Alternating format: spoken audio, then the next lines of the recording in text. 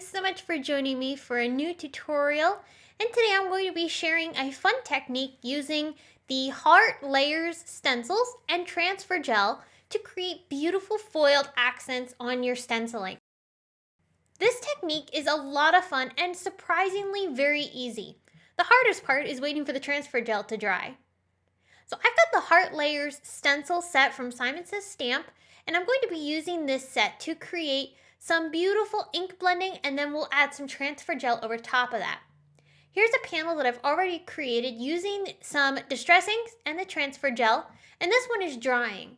I'm going to show you how we go ahead and start putting this together. So the Heart Layers stencils work together to create a really beautiful layered heart design. These stencils are also great because they can be used either together or on their own for an individual appearance. I'm going to be using all three layered together, and I started by stenciling on the first layer. Then I'm going to line up the second stencil and make sure that it overlaps the other hearts evenly. These stencils are already pre-designed to align perfectly, so all you need to do is attach them down with some tape in the right places just to make sure that they overlap with the hearts. Then we're going to add some additional ink through this stencil, and this time we're overlapping the ink that we already added down the first time. This is leaving us with a really beautiful overlapping effect, and it really makes this pattern look so much more interesting than if you use just a single set of hearts. We're going to step it up even further by using the third layer this time. However, we're not going to use any ink. I'm going to attach the stencil down and instead bring in the Deco Foil Transfer Gel. This is a product from Therm that once dry adheres to foil when you run it through either a laminator or foiling machine. We'll get to that in just a second. The trick with using this gel is to make sure you apply a thin, even coat. So what I like to do is I like to stick down a lot of transfer gel all at once and then slowly work my way by taking off the transfer gel and leaving just a very thin coating over top of the stencil. Once I've applied that and made it nice and smooth, I'll remove the stencil and clean this really well to get all of the transfer gel off of the stencil. When it dries, those hearts are perfectly clear, so you're not going to see them. I'm going to create a sandwich inside some parchment paper. I start off by putting a couple of sheets of plain cardstock to act as a shim, then my ink blended panel with the transfer gel, and also a sheet of foil. Next, I'm going to bring in my laminator. When your laminator is ready to go, mine has a green light on it. Once it's completely heated up, I'll take my parchment paper sandwich and run this through the laminator.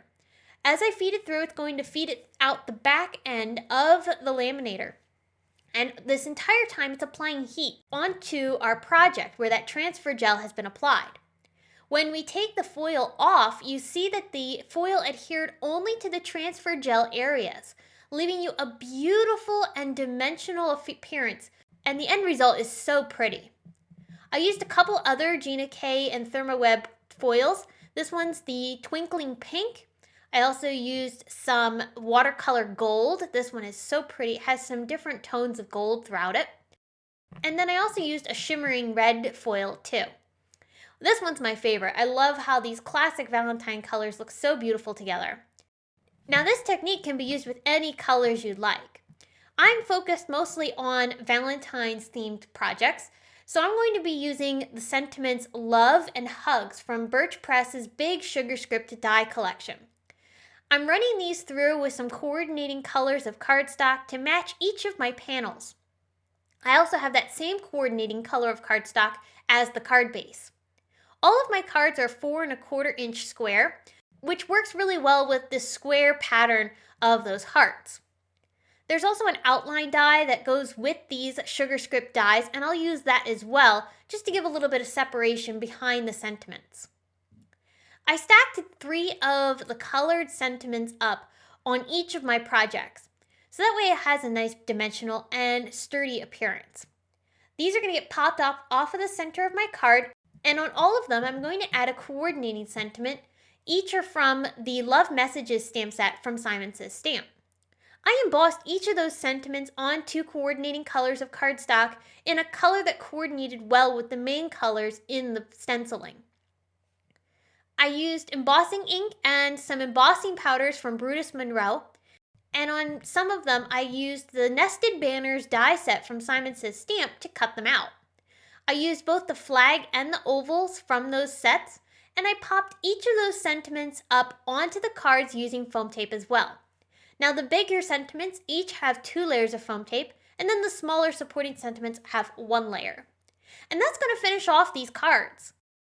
Once the transfer gel dried, these cards took really quick to put together, and these would be so much fun to do as a big batch and send to a bunch of friends or family for not just Valentine's Day, but beyond Valentine's Day, to say thinking of you, I love you, and miss you. So I hope that this technique of using transfer gel with your stencils, and in particular the Heart Layers stencil from Simon Says Stamp, has inspired you to try this out for yourself. I really enjoy this technique, it's so much fun, and the results are so beautiful. If you enjoyed this video, be sure to head on over to the blog to get more information on each card, including still pictures and products used.